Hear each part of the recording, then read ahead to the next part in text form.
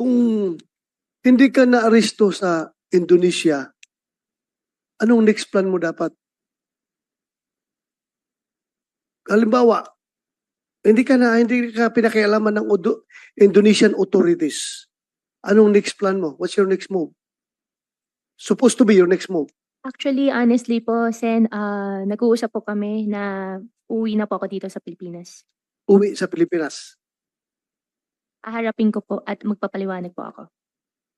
Wala kang plano na umuwing China?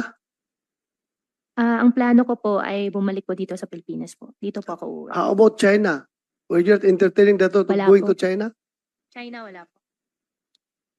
So from At saka Senator De Indonesia, La Rosa, if I may, sinabi niyo mo, Kuya Ping, balak mo sana, gusto niyo sana bumalik dito at magpaliwanag. I highly encourage you to do that during this hearing.